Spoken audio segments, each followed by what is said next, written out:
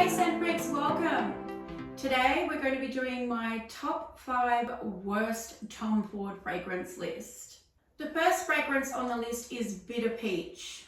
The notes in this fragrance I thought would be right up my alley, being that there are things like peach, cardamom, rum, cognac, sandalwood and vanilla. I thought, wow, this is going to be an epic fragrance. I thought Bitter Peach would be a really ripe, juicy peach with some boozy notes, some spiciness, a little bitterness, but unfortunately it just didn't translate into smell. So the first problem I find with Bitter Peach is that there's barely any sweetness. It's quite, yes, bitter, but it's a little sour, and I'm not getting that sweetness relief with all that bitterness going on.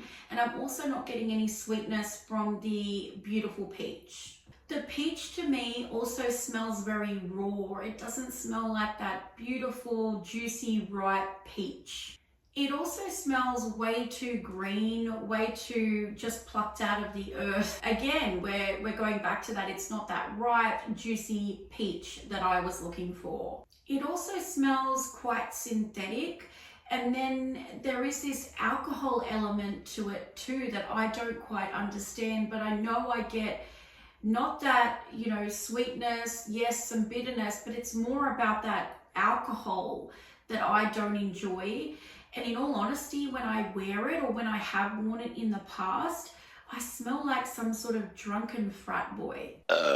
So unfortunately, Bitter Peach was a big thumbs down for me. The next fragrance on my worst list is Effing Fabulous. There's notes such as leather, tonka bean, amber, almond and vanilla that I was really excited about this fragrance when I heard about it. I thought with the note description, with the name of the fragrance, it was going to be a showstopper.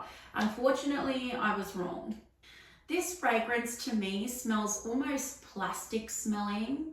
It's quite synthetic as well, or reminds me of some sort of a very harsh cleaning chemical. In all honesty, it's quite pungent and repulsive. It also reminds me of baby wipes and some sort of pencil shavings. I don't know if that sounds nuts, but it's what I smell when I smell the fragrance. This fragrance is also quite cloying, and it's definitely headache inducing. Let's just say this ain't fabulous. Damn! For the price point of this fragrance, I mean, it's up there. For all these reasons, but I just went, no, I'm out, I'm tapping out. I did have a bottle and I returned it. It just was not for me at all. Next fragrance on the list is Jasmine Rouge. With notes such as cinnamon, cardamom, amber, vanilla, I was hooked without even smelling it. I thought for sure, hey, let's do this. This is going to be a fragrance in my collection forever. So the problem I think with this fragrance is that it is way too heavy floral, and not in a good way. It's almost, when you spritz it, it's a slap in the face floral. All of the spicy notes and creamy notes that are listed in the fragrance profile, I can't even detect.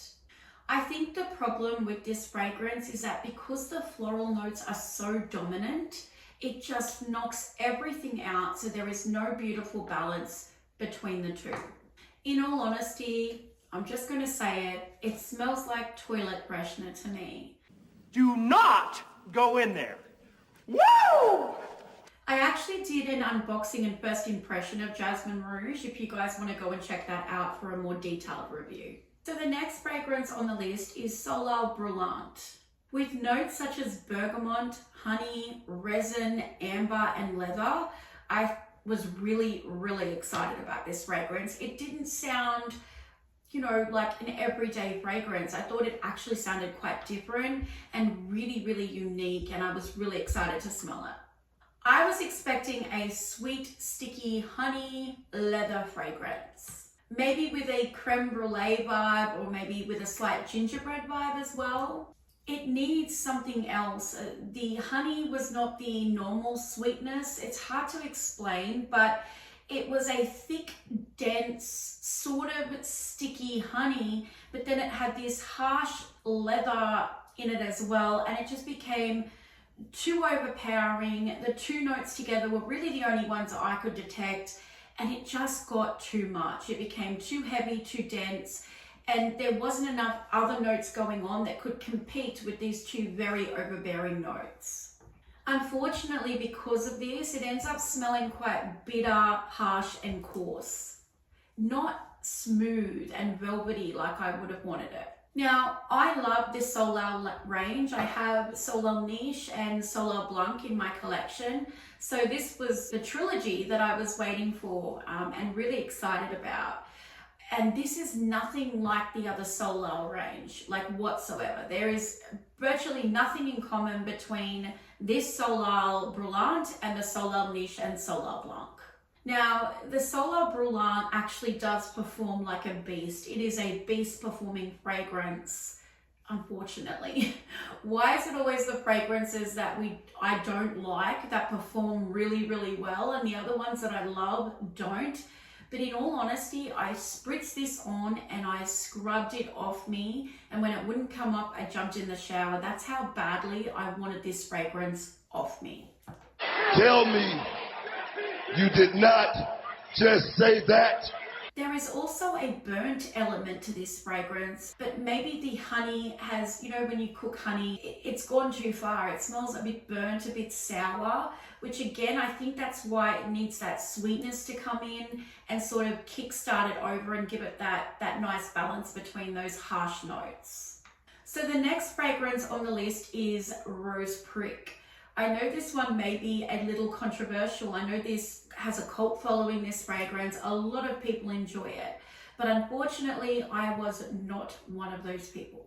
It has notes such as Sichuan pepper, tonka bean, rose, and patchouli. Now, just to start with, am not a rose fragrance lover. I've actually done a video of rose fragrances that I enjoy, even for rose haters out there, but there is a specific type of rose fragrance I look for. Now, this one, unfortunately for me, takes me to grandma's house territory. I was expecting some jamminess with that rose, some sweet jammy. I was so excited, especially with the balance of that Sichuan pepper to give it that nice little kick.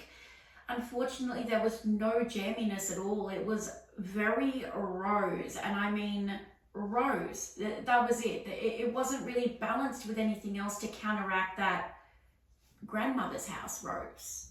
It also wasn't a warm, spicy rose, which, judging by the Sichuan pepper and other notes in the fragrance listing, I thought for sure it was going to be a beautiful, cozy, warm, spicy rose fragrance. So for Tom Ford, he is renowned for being a masterful fragrancer. I mean, he's developed some of the most beautiful fragrances in the world. But this fragrance left me wanting more. I just didn't feel like it was complex enough, deep enough.